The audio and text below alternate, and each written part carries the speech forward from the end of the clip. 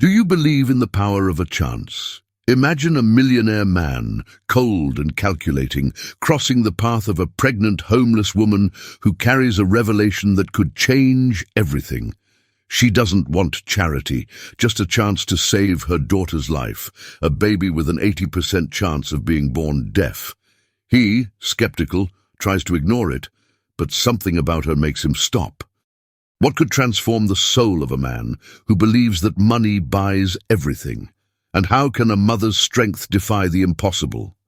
Stay with me, because the outcome of this story will move you in ways you never imagined. The low rumble of the limousine's engine cut through the afternoon silence as the vehicle glided through the streets of Riverdale. Arthur looked out of the window at the cityscape, his gaze distant, almost bored. Outside, people hurried past, with worn-out clothes and tired countenances. To him, they were disposable parts of a scene that didn't matter. The driver slowed down, adjusting the car to the traffic. Arthur ignored everything until he heard knocks on the window. He turned around, frowning. On the other side, a disheveled woman stared at him.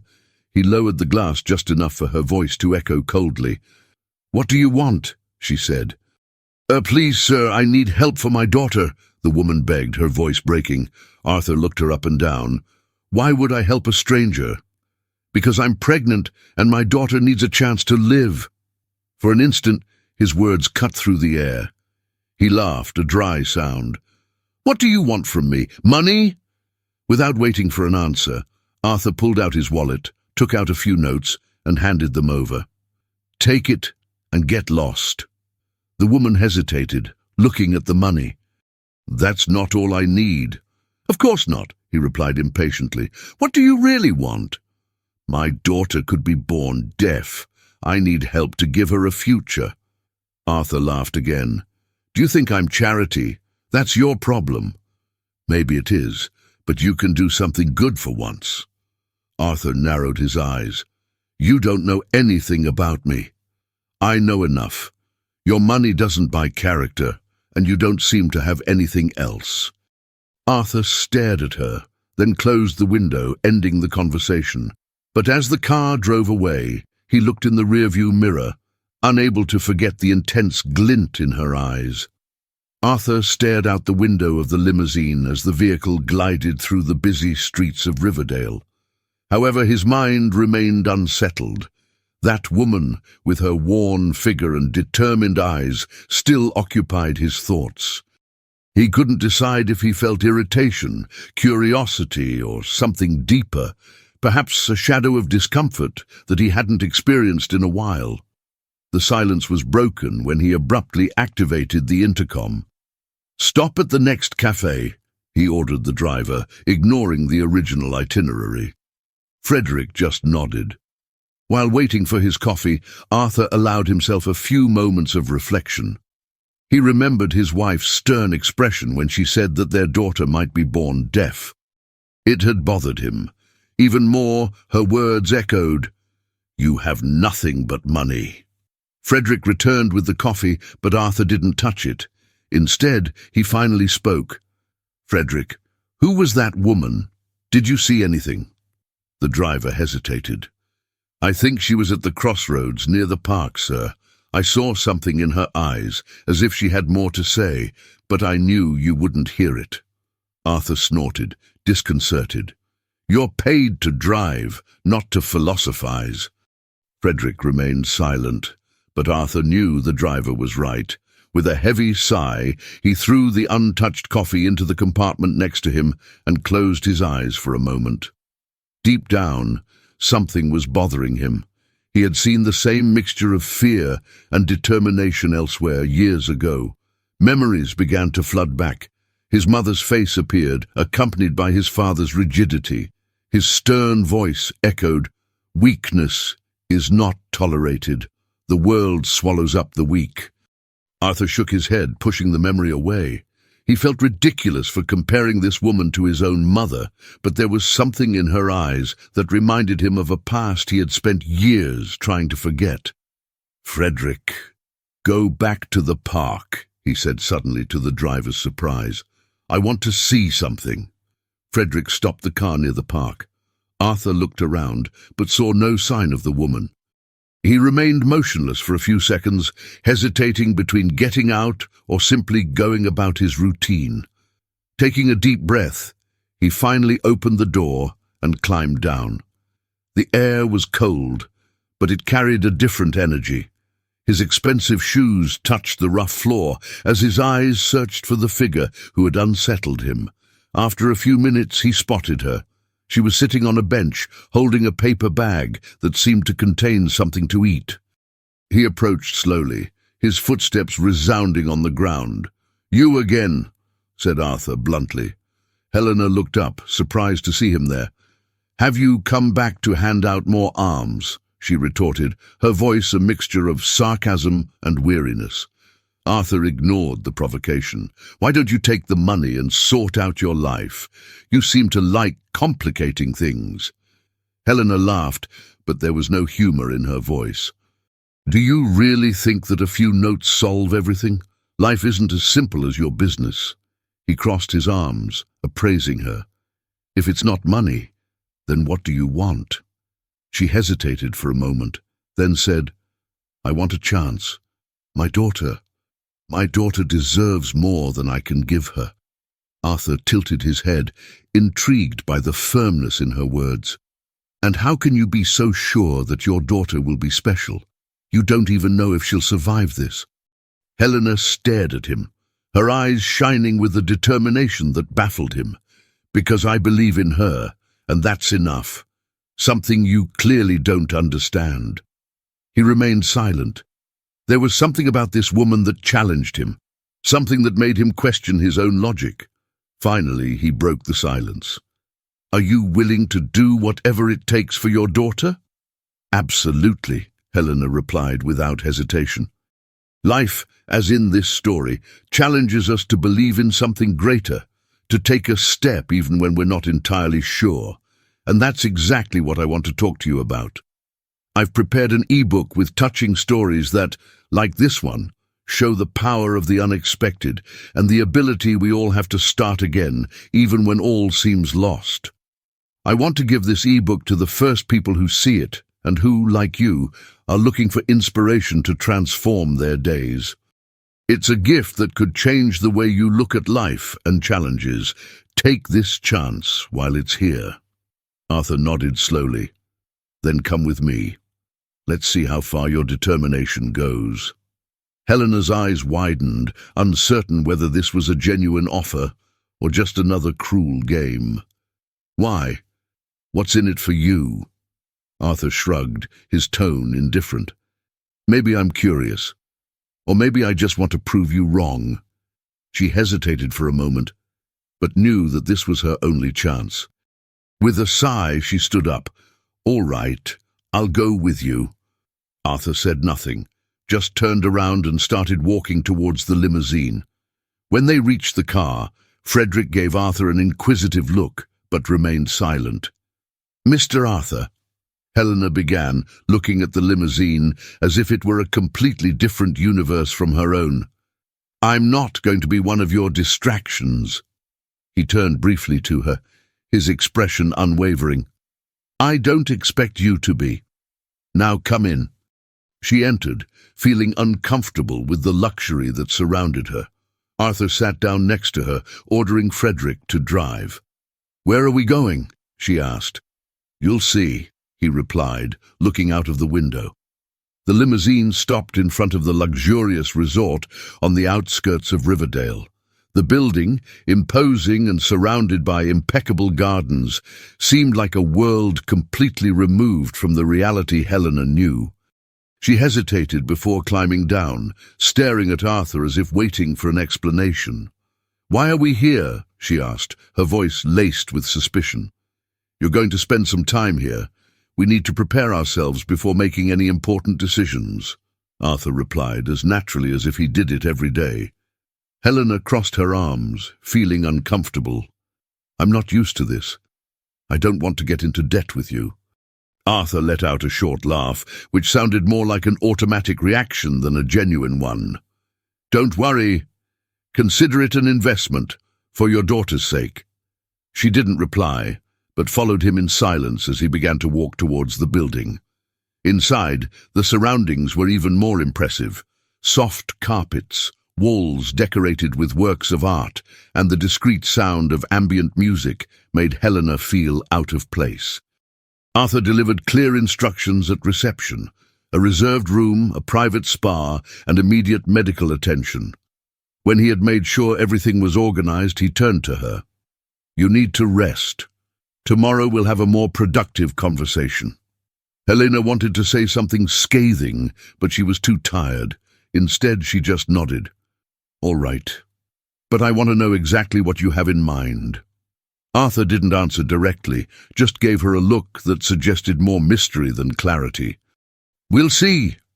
Later, while she was led by a member of staff to her room, Arthur stood in the lobby, alone. His thoughts took him to the past, to his mother's face reflected in a gilded mirror. He remembered how she always said, "Sometimes helping others helps us find something we thought was lost."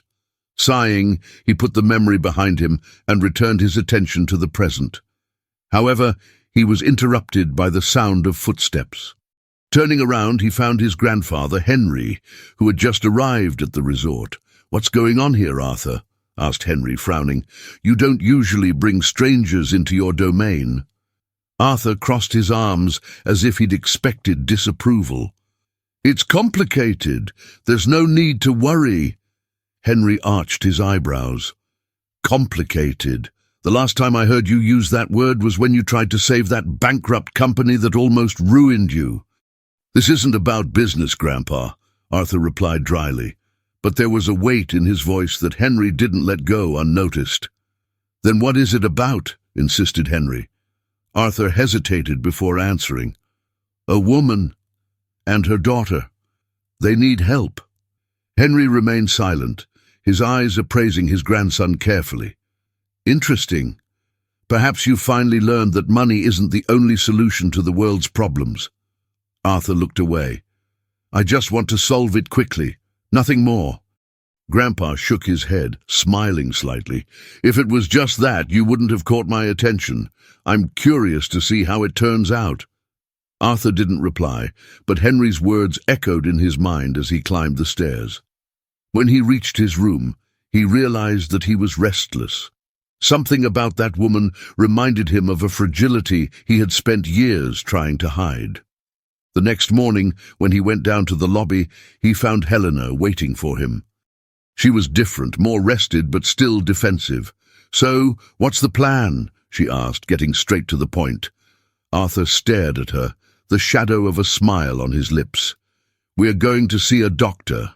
I want clear answers about your daughter, and we're starting today." Arthur and Helena arrived at the renowned St. Horizon Medical Center mid-morning.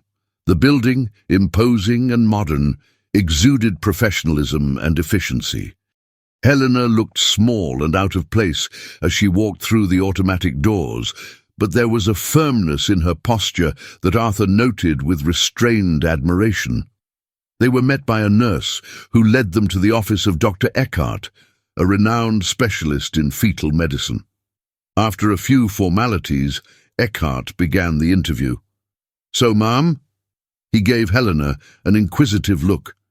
"Helena," she replied quickly. "Helena Dantas." The doctor made notes before continuing. "Understood.